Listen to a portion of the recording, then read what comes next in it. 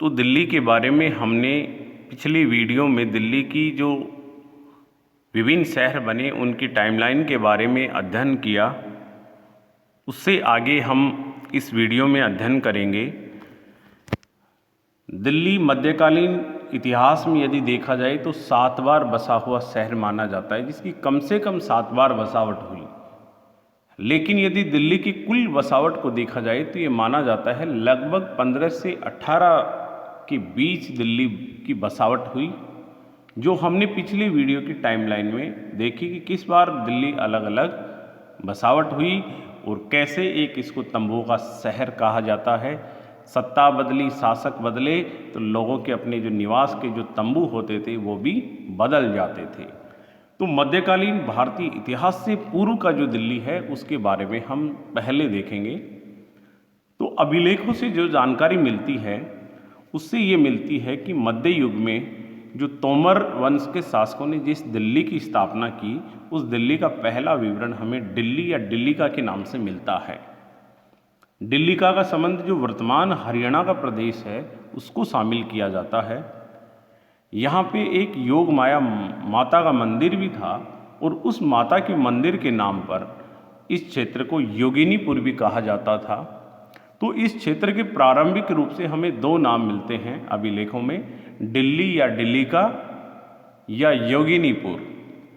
तो वर्तमान जो हरियाणा का प्रदेश है उसको हम इसमें शामिल करते हैं।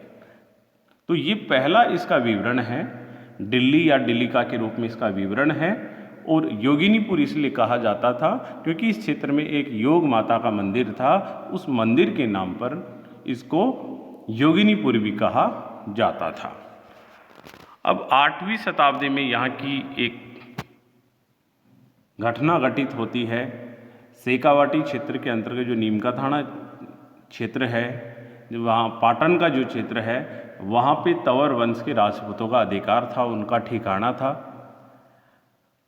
लेकिन 8वीं शताब्दी तक आते आते ये काफ़ी शक्तिशाली हो गए और इनका राज्य जो वर्तमान दिल्ली तक का प्रदेश है वहाँ तक फैल गया था। इन्हीं में से एक शासक हुआ सूरजपाल तोमर। सूरजपाल तोमर ने तुगलकाबाद से 3 किलोमीटर दूर एक कुंड का निर्माण करवाया जिसको सूरज कुंड कहा जाता था। कुछ इतिहासकारों का मानना है कि ये कुंड नहीं होकर एक सूर्य मंदिर था। फिर कालांतर में ऐसे अवशेष भी मिलते हैं कि फिरोज तुगलक ने एक सूर्य मंदिर का मरम्मत भी करवाई थी, सूर्य मंदिर की मरम्मत भी करवाई थी। तो दिल्ली के जो पहले के उल्लेख हैं उनमें ऐसा उल्लेख मिला कि सूरजपाल तोमर नामक एक शासक ने दिल्ली के अंतर्गत सूरज कुंड बनवाया, जिसको कई इतिहासकार सूर्य मंदिर के रूप में मानते हैं। फिरोज तुगलक ने इसकी मरम्मत करवाई थी। तो पहला उल्लेख ये हमें मिलता है। सूरजपाल तोमर के बाद में हम देखते हैं अनंगपाल तोमर सेकंड, जो इस वंश का एक प्रतापी शासक था। उसने 1051 ईस्वी के आसपास जो कुतुब मीनार का क्षेत्र है उस क्षेत्र में एक आयताकार सुदृढ़ किले का निर्माण करवाया और उस किले का नाम लालकोट के नाम से प्रसिद्ध हुआ। और ये लालकोट का जो किला है ये दिल्ली का पहला शहर भी माना जाता है और दिल्ली का पहला नियमित किला भी माना जाता है, जिसको सुनियोजित तरीके से जो बसावट होती है, जो शहर के आधार पर जो बसावट होती है, तो पहला जो दिल्ली का नियमित किला और दिल्ली का पहला जो शहर यदि देखा जाए जो शहर के मानकों पे बना हो तो वो लालकोट था, जिसकी स्थापना 1051 ईस्वी पूर्व में तोमर वंश के शासक अनंगपाल द्वितीय ने की थी। वर्तमान में दिल्ली की कुतुब मीनार के पास की मस्जिद में मेहरौली का जो लोहा स्तंभ खड़ा है वह किसी विष्णु मंदिर से अनंगपाल तोमर ही दिल्ली लाया था। मेहरौली के लोह स्तंभ के बारे में हमने ये पढ़ा है कि किस प्रकार हजारों वर्षों के बावजूद भी, जो चंद्रगुप्त द्वितीय के समय का है, गुप्तकालीन समय का, कि किस प्रकार हजारों वर्षों के बावजूद भी खुले आसमान में बिना जंग के खड़ा है।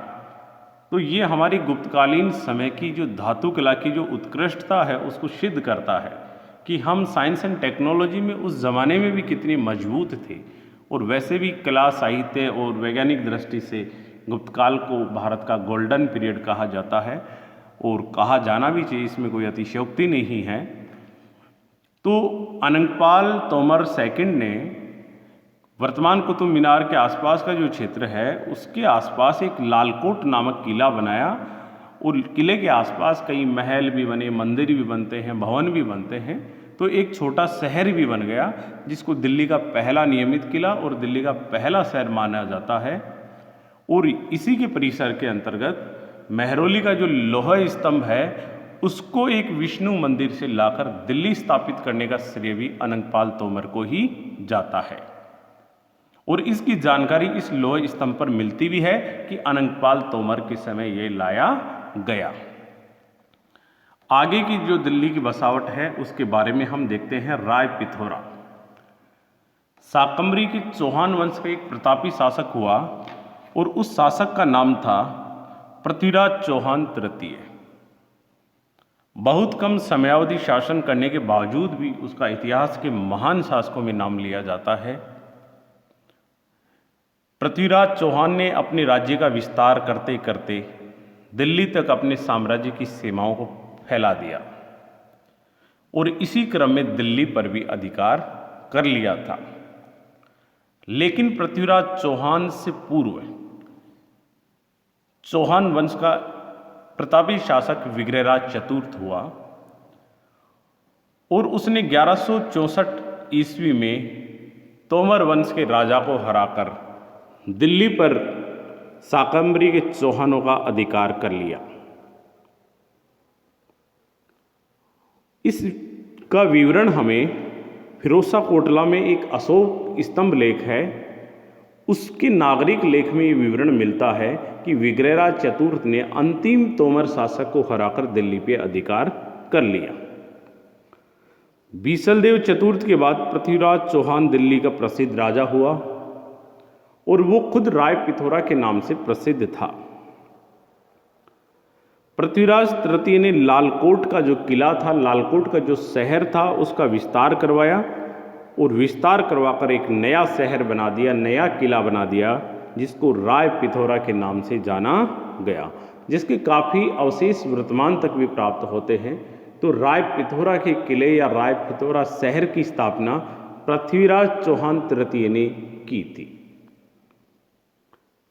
तो ये हमने देखा दिल्ली कैसे मध्यकालीन समय से पूर्व थी।